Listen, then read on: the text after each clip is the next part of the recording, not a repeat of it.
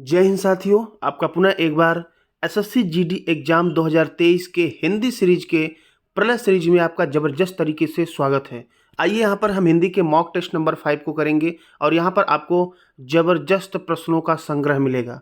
आप लोग एक काम अवश्य करेंगे, पहले वीडियो को पॉज करेंगे, नंबरिंग करेंगे क्वेश्चन, पहले अपना आंसर लगाएंगे, फिर हम जो बताएंगे वो आंसर सही करेंगे और कमेंट में कमेंट करके अवश्य बताएंगे कि आपके कितने नंबर सही हो रहे हैं और कितने गलत हो रहे हैं। और आपको यदि वीडियो तनिक भी अच्छा लगता है तो लाइक शेयर कमेंट अवश्य करें। तो चलिए बिना देर किए हुए क्वेश्चन की शुरुआत करते हैं। सबसे पहले प्रश्न की तरफ हम बढ़ चुके हैं।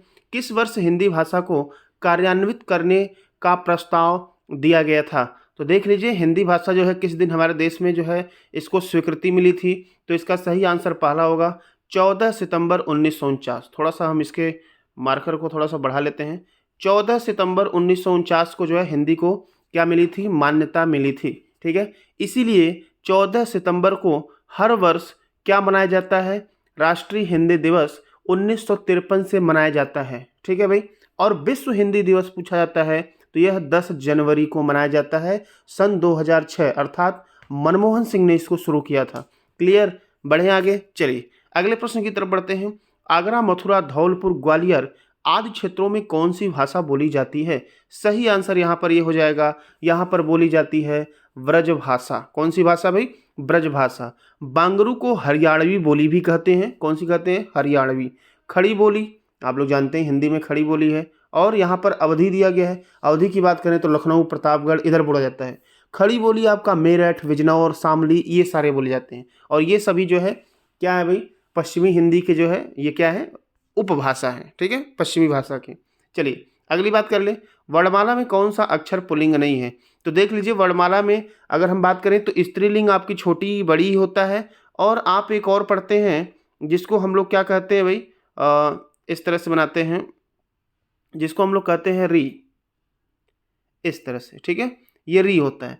तो री हो गया छोटी बड़ी, ये होता है स्त्रीलिंग। शेष सभी क्या होता है? पुल्लिंग होता है। तो पुल्लिंग नहीं है, सही आंसर यहाँ पर चौथा मिलेगा। क्लियर है? चलिए एक और शानदार प्रश्न की तरफ बढ़ते हैं। अध्यक्ष में उपसर्ग पूछा गया है तो अधि, अधन, अक्ष। अधि आपका उपसर्ग होगा जो किसी शब्द के शुरुआत में लगते हैं और मूल शब्द इसका अक्ष है। ठीक है, और उपसर्ग का उल्टा होता है प्रत्यय जो कि लास्ट में लगते हैं। चलिए, यमुना किस प्रकार की है? संज्ञा है। तो संज्ञा के प्रकार की यदि बात करें तो यमुना आपका व्यक्तिवाचक है। गंगा, यमुना, सरस्वती किसी व्यक्ति का विशेष नाम व्यक्तिवाचक होता है। जातिवाचक अगर यमुना को कहना हो तो नदी कहेंगे, जातिवाचक हो जाएगा। द्रव्यवाचक यमुना का कहना हो तो उसके पानी को द्रव्यवाचक कह देंगे। और समूहवाचक कहना हो तो सेना हो गया, क्लास हो गया, और ये सारे जो है समूहवाचक में आते हैं। चलिए आगे बात कर लेते हैं।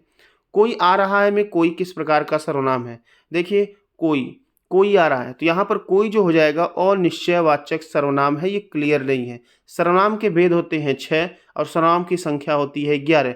भेद 6 में 4 आपको भेद दिख रहे हैं। कौन सा नहीं दिख रहा है भाई? पुरुषवाचक, प्रश्नवाचक। 2 आपको भेद नहीं दिख रहे हैं, बाकी 6 हो गए।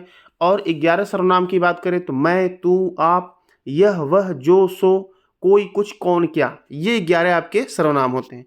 चलिए स्त्री शब्द का विशेषण आपको बताना है तो स्त्री का विशेषण जो होगा वह होगा स्त्रैण। क्या होगा भाई? स्त्रैण। अगले प्रश्न की तरफ बढ़ लेते हैं। एक और शानदार प्रश्न देखिए, यहाँ पर कहा कि क्रिया के मूल रूप को क्या कहते हैं? तो क्रिया के मूल रूप को धातु कहते हैं। क्या कहते हैं भाई? धातु। क्लियर है? यहाँ पर रूप तो जानते हैं, रूप, रंगाकार, शब्द जानते हैं। और इन्हीं जब शब्द का प्रयोग हम वाक्य में कर देते हैं तो इसे क्या कहते हैं भाई? पद कहते हैं। क्या कहते हैं? पद। क्लियर है? चलिए, सुरेश गीत गा रहा था, वाक्य में काल है। यहाँ पर रहा था आएगा या रहा है आएगा? तो ये दोनों अपूर्ण में जाएगा। अब था है तो भूत में जाएगा और है होता तो अब कहाँ जाता? वर्तमान में जाता। क्लियर है? चलिए अगला प्रश्न की बात कर लेते हैं। जिस पर आक्रमण किया गया हो वाक्यांश के लिए उचित शब्द चुनिए। सही आंसर यहाँ पर क्या होगा? पहला, आक्रांत कहते हैं जिस पर आक्रमण किया गया हो। लेकिन आक्रांत की जगह पर अगर अनाक्रांत लिख दिया जाए तो इसका मतलब ये हो गया कि जिस पर आक्रमण न किया गया हो। आत्मघाती का मतलब होता है आत्म हत्या करने वाला।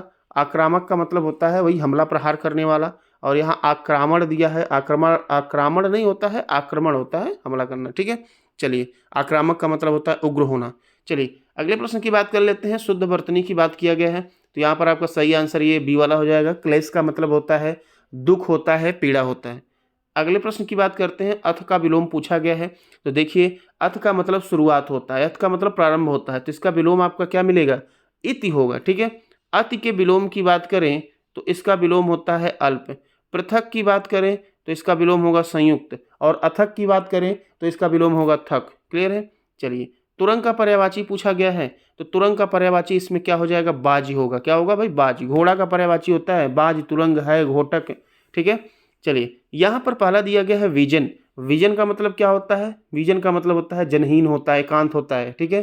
किंकर, किंकर मतलब होता है दास, गुलाम, सेवक, नौकर। और अंबुधर का मतलब होता है बादल। ठीक है, जलद। ये सारे अंबुधर के पर्यायवाची होते हैं। अगले प्रश्न की बात कर लेते हैं, को कोई नहीं टाल सकता, नियत। नियत जो निर्धारित की है उसको कोई नहीं टाल सकता है। क्लियर है। और यहाँ पर पहले वाले में नियत लिखा गया, नियत का मतलब होता है पाबंद या नियमबद्ध होता है। नमित का मतलब होता है झुका हुआ। ठीक है। चलिए, जिंदगी नामा के लेखक कौन है, तो जिंदगी नामा पुस्तक के लेखक हैं केदारनाथ सिंह। कौन है भाई, केदारनाथ सिंह। केदारनाथ सिंह की और भी पुस्तकें हैं, जैसे माझी का पुल, सूर्य, अनागत, टूटा हुआ, ट्रैक। ठीक है। या कालिदास का सबसे फेमस अभिज्ञान शाकुंतलम कर सकते हैं। ठीक है। चलिए, अगले प्रश्न की बात कर लेते हैं। अब यहाँ पर फिर से आपका एक पैराग्राफ आ चुका है, इसको हमको ध्यान से पढ़ के आंसर देना है। तो सबसे पहले हम पहले प्रश्न की बात कर लेते हैं। कभी हमारा देश सांस्कृतिक के पद पर आसीन था। तो सांस्कृतिक क्या था, आगे देखिए गुरु की बात किया गया है, तो सांस्कृतिक गुरु के पद पर आसीन था। विश्व गुरु होने के नाते इस देश ने समूचे को मानवता, नैतिकता और सदाचार की शिक्षा दी। बात आपको समझ में होगा, किसको समूचे देगा, समूचे विश्व को देगा। तो यहाँ पर आपका आंसर डी बन जाएगा। क्लियर है। चलिए, आगे बात कर लेते हैं। अनेक ग्रंथ इसके हैं, अनेक ग्रंथ इसके क्या है भाई, अब ध्यान से देख लीजिए। 76-77 हो गए, अब इसके लिए हमको आगे जाना पड़ेगा। देख लीजिए, अनेक ग्रंथ इसके क्या है भाई, प्रभाव होगा, परिमाण होगा, प्रकाश होगा, नहीं। अनेक ग्रंथ इसके साक्षी हैं। क्लियर है। चलिए, आगे बात कर लेते हैं। अनेक ग्रंथ इसके साक्षी हैं, लेकिन समय के साथ हम मूल्यों को भूलने लगे हैं। अब देखिए, बात यहाँ पर नैतिक मूल्य आगे दिया भी गया है, तो हम अभी आगे देख लेंगे, लेकिन यहाँ पर बात किसकी हो रही है, समय के साथ हम नैतिक मूल्यों को भूलने लगे हैं। आज भी समाज में नैतिक मूल्यों की देखने को मिलती है। अब नैतिक मूल्यों की कहने का मतलब क्या हो गया, देखिए इसका आंसर नैतिक मूल्यों को भूलने लगे हैं। और आज भी समाज में देखने को क्या मिल रही है, नैतिक मूल्यों की आज समाज में कमी मिल रही है। ठीक है। तो आज जो है समाज में नैतिक मूल्यों की कमी हो चुकी है। तो कुल मिला जुला के आप यदि रेगुलर एक प्रैक्टिस लगाएंगे तो आपके लिए यही चीज़ें आसान हो जाएंगी।